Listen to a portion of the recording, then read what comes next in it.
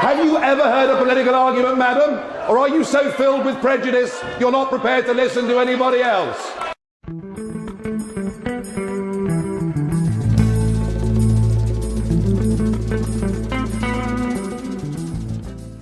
I keep repeatedly telling you that we pick up more votes from across the spectrum than we do just from the Conservative Party. That's a fact. It's very well documented, and yet nobody inside the London metropolitan media mindset wants to accept it. We seem to think that believing Britain should govern itself and have a trade relationship with Europe and not be part of political union, we seem to believe that is somehow right-wing. Remember, it was the Labour Party. It was the left of the Labour Party in the 70s and the 80s, even Neil Kinnock at one time, who believed in that view.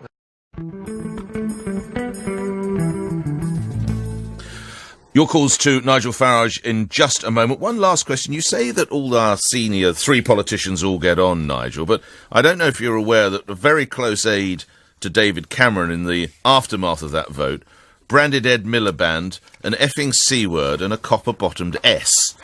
Do you think he was onto something there? Well, in the heat of parliamentary debate, these things do happen. What's your take on Mr Miliband, then? He clearly doesn't really have a thought of his own at all. And on the Monday of last week, he was all for supporting limited military action. Then he realised that the country didn't want it and that many of his own backbenchers didn't want it, and they've been dragooned into supporting the Iraq war. And so he changed his mind and went for this sort of equivocal halfway house. And that's the Miliband problem. You know, who is Ed Miliband and what is the Labour Party? Is it a party that stands up still for working class interests? I don't think so. It appears to be a party run by a very narrow metropolitan elite.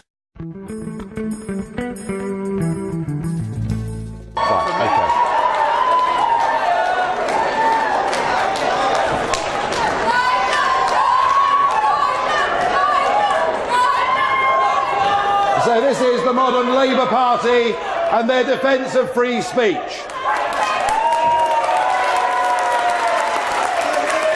I can tell you firstly that Unite Against Fascism is funded by the trade union movement, who also fund the Labour Party, and it has on its board of deputies a whole list of Labour MPs and Labour MEPs.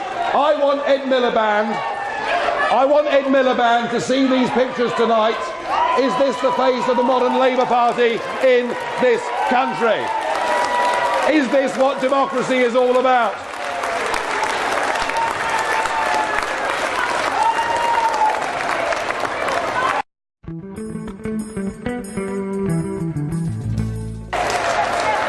But actually what you're seeing tonight are people in the Labour Party and some to the left of the Labour Party who actually realise that our basic message, which is that we are unashamedly a patriotic party, that we believe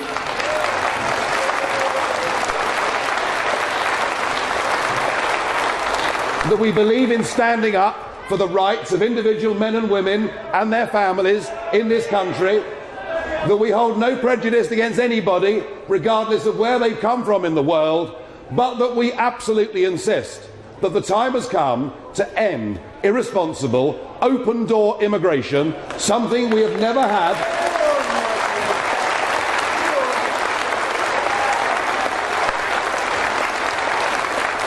Something we have never had in the history of these islands.